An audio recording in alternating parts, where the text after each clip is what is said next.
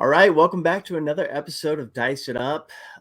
Ice, we are so blessed to be joined by the new head coach of the Butler Bulldogs, Austin Parkinson. Coach, congrats on the incredible last season at IUPUI and your overall tenure there. And then, of course, the new role. And we appreciate you coming on to talk hoops with us. Yeah, no, I've been looking forward to it. Thanks for having me. I was telling Ice before this, I met you at Media Day, and I was so surprised to see that your grandpa actually played for Coach Rupp. So many strong Kentucky ties. Your dad was an incredible point guard at Purdue. You were an incredible point guard at Purdue. Do you still get out and hoop with the players a bit?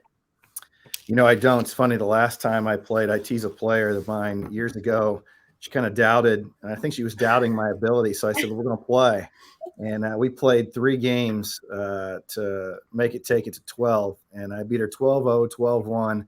But in the third game, she drove the ball, and she's a really strong kid.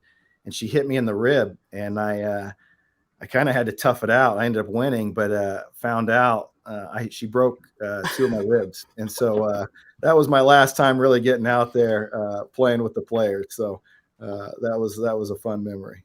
Oh my gosh. Oh my goodness. I can't imagine the conversation after knowing that I broke my coach's ribs. That's that's a little scary. Can you still play me? Yeah, no, I it was one of those things at the time I toughed it out. So she didn't know till later. I don't think she found out till quite a bit later that I broke my rib, but I slept on the couch for 4 weeks in the same spot because it was I couldn't breathe. Wow. That is a story. Okay. Well, Coach, you've had tremendous success in one-on-one against your players, but also in women's college basketball. All-time winningest coach at IUPI. Got to the NCAA tournament twice, technically 2020 and then 2022. You've dominated the Horizon League the last, few years, and now you're stepping into the Big East. What's the mindset for you as a coach, changing conferences? Because we know that can be a lot. Well, one of the unique things about what IUPUI, we actually changed conferences halfway through my tenure there. So we were in the Summit League. Yep. And had to kind of adapt a style, in that league, playing the Dakota schools. And I think my last year there, we were in the championship game. And then we shifted to the Horizon League where, Green Bay had pretty much dominated that league from 1998 to 2018. And so we had to figure out, how do we compete in this league? And, now going into the Big East, obviously there's some marquee teams that, continue to do a great job. And, we've got to figure out how to get on their level and build habits and consistent habits that will allow us to compete with that level. But, I'm excited for the challenge. I think Butler's a pretty special place. And, it's something that we're really excited about.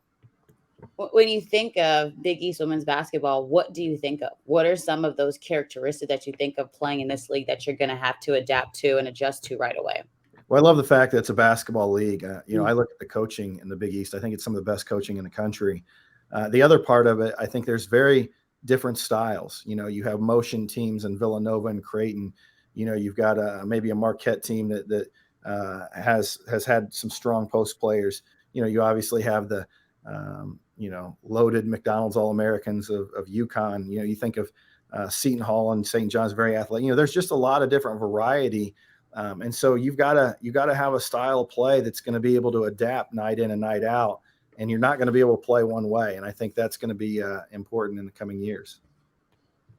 It's interesting to hear you say that because, you look at, I definitely dig hard into statistics, especially like with IUPUI and understanding the net rating that you all had. You look at it from the program you inherited, it was like 325th in the country to the last 3 seasons, you're a top 20, according to her Hoop Stats net rating, which is a little different, but I like it better than the normal branded net rating stat. But for a team like IUPUI to be that high and to have pretty much a slower than average pace, but be incredibly efficient, it's amazing to get so many teams to buy into that same system, but still keep the efficiency when you have turnover of players from, program to program, year to year. Can you talk about gaining your players' trust? And do you think that being a player, playing college basketball, learning what coaches that you liked, how that may have helped? Well, what interesting that you said, you talked about our efficiency at IUPUI and a slower than average pace. The ironic part, statistically speaking, that's absolutely true. If you actually watch us play, we play with a lot of pace. We get the ball up and down the floor.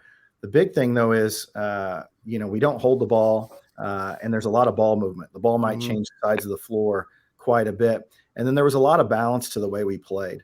Our 1 through 4 could shoot it. Our post obviously had back to the basket, abilities. And so our thing was, kind of back to what I said about it going into the Big East, we've got to be able to attack things multiple different ways. And we just felt like, being balanced allowed us to do that. I always looked at a team like South Dakota State. Aaron Johnson's been incredibly successful there.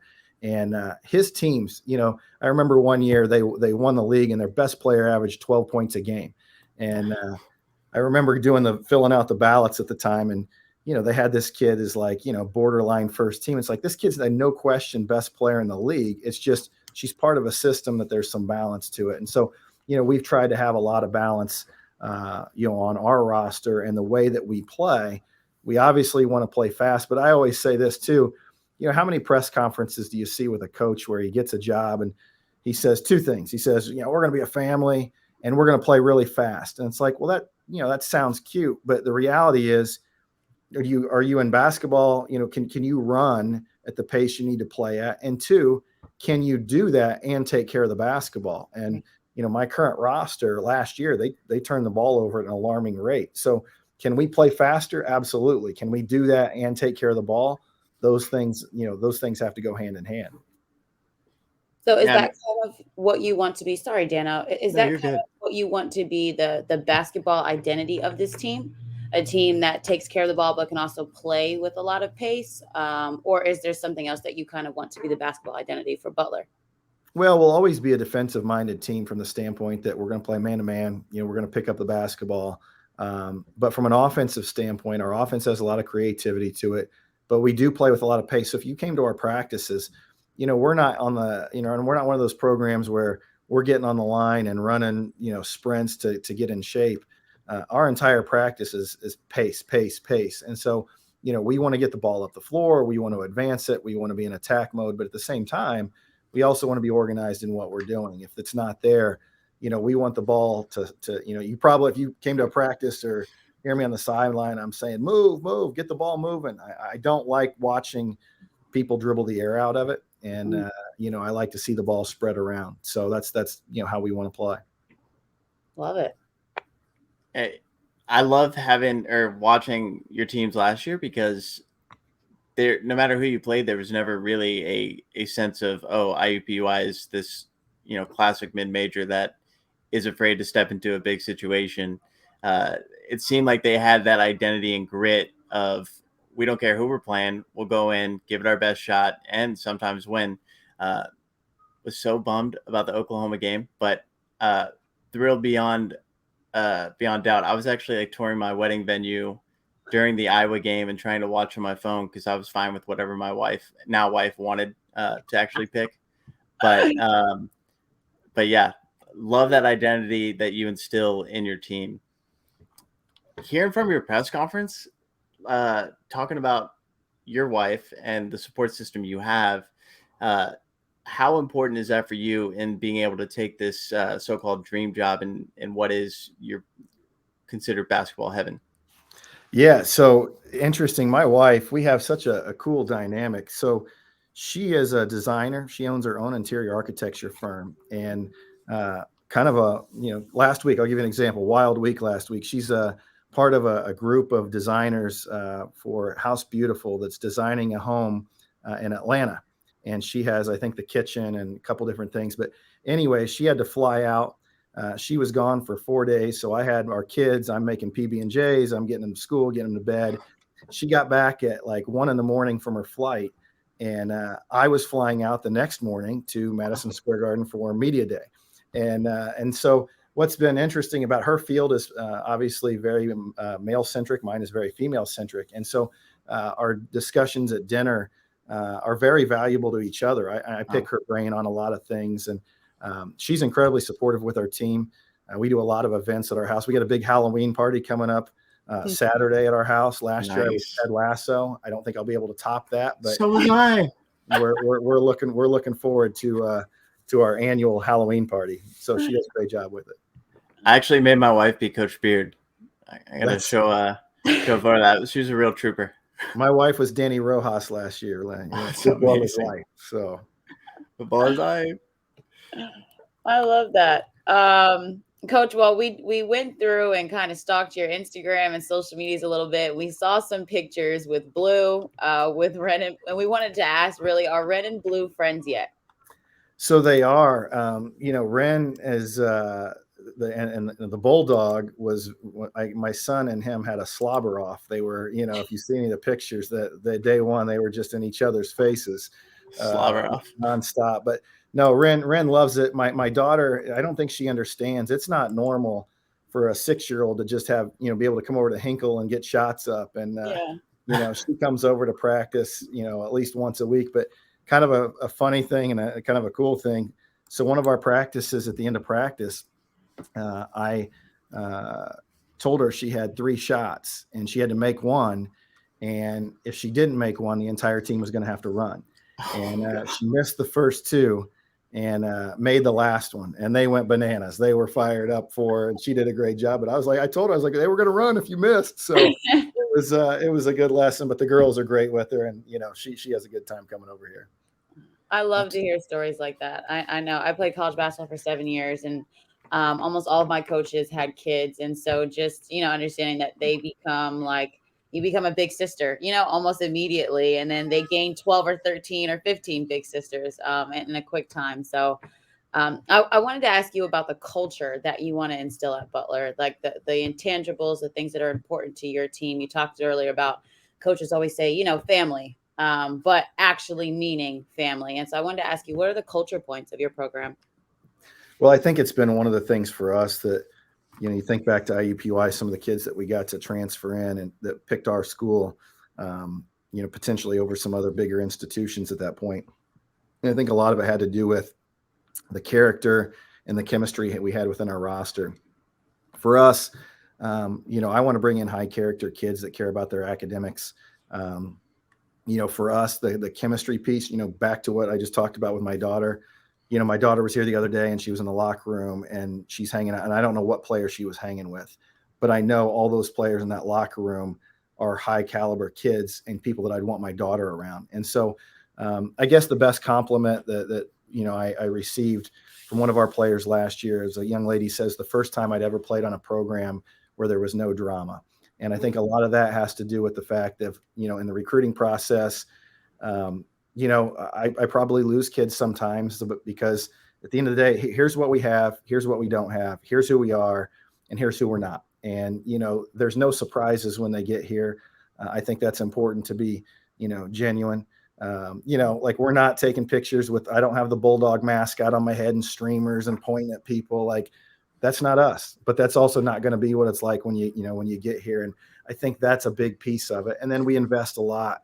We spend a lot of time individually getting to know the players. And, I think that's why you're in this business, right? I'm not, at some company and in an office all day. I get to be around young people and help shape their lives. And I think that's pretty special.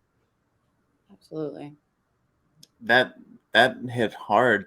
It's there's no fakeness in this program. It's very genuine, or at least what you're trying to build.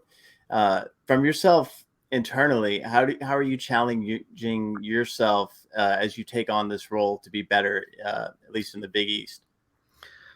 I mean, geez, look around the room, right? I'm sitting at the Big East meetings, and then I'm looking around the room at these coaches, and Tony, who's a good friend of mine at Seton Hall, and Gino, and then obviously Doug Bruno, Hall of Famer, and Megan at Marquette, who's done a great job. It's going to be a challenge, but to me, that's the fun part. You mentioned that Iowa game. The prior spring, when teams post, these opportunities to go play, we signed up to play Michigan and Iowa almost immediately, knowing they had their Sweet 16 teams back. And I'm not going to tell you the coach's name, but there was a Power 5 coach the last year that called me and said, "Hey, nobody's going to play us, but we know you'll play anybody." And I was like, yeah, no, let's talk about it. And so for me, I really enjoyed, I know our players, you mentioned that our players, they loved those games. And now, obviously I get a chance to do that every night. I mean, there is no off nights, in the Big East. And I know it's going to be a huge challenge, right? I'm not going into this, like it's going to take some time. There's a process to it, but I definitely am excited for the challenge and feel grateful for it.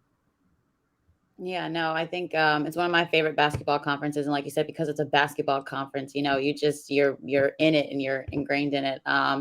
Wanted to ask you, how did you build your staff? Obviously you have Coach Fleming, Coach Hoopengardner were with you at IUPI. Even your Dobo was also there with you, but we know that one of the biggest things for a new head coach going into a new challenge is to have a staff behind you. So, how did you build your staff, and what are the must-haves for you in a staff? I just said this last night at our tip-off dinner. We obviously had a lot of success at IUPUI, but that's not just me. I've got great people around me. As I've gotten older, I think the most important things to me are high character people that love basketball and study basketball. There's still a lot of coaches in this profession that don't study the game, and I want people that study and watch, and they're watching WNBA and NBA. And Coach Fleming was with me at IUPUI. Does an unbelievable job. He's been our post coach. Every post player that came through there was 1,000-point scorer and played either professionally overseas or got drafted. Coach Woodrich actually worked for me at IUPUI early, and then got a job as a Division II head coach, and then jumped back onto the staff. And then Coach Hoopengardner played for me, so there was a familiarity there. I went from a 25-minute drive to 12 minutes with this job, and so I was hired on a Friday.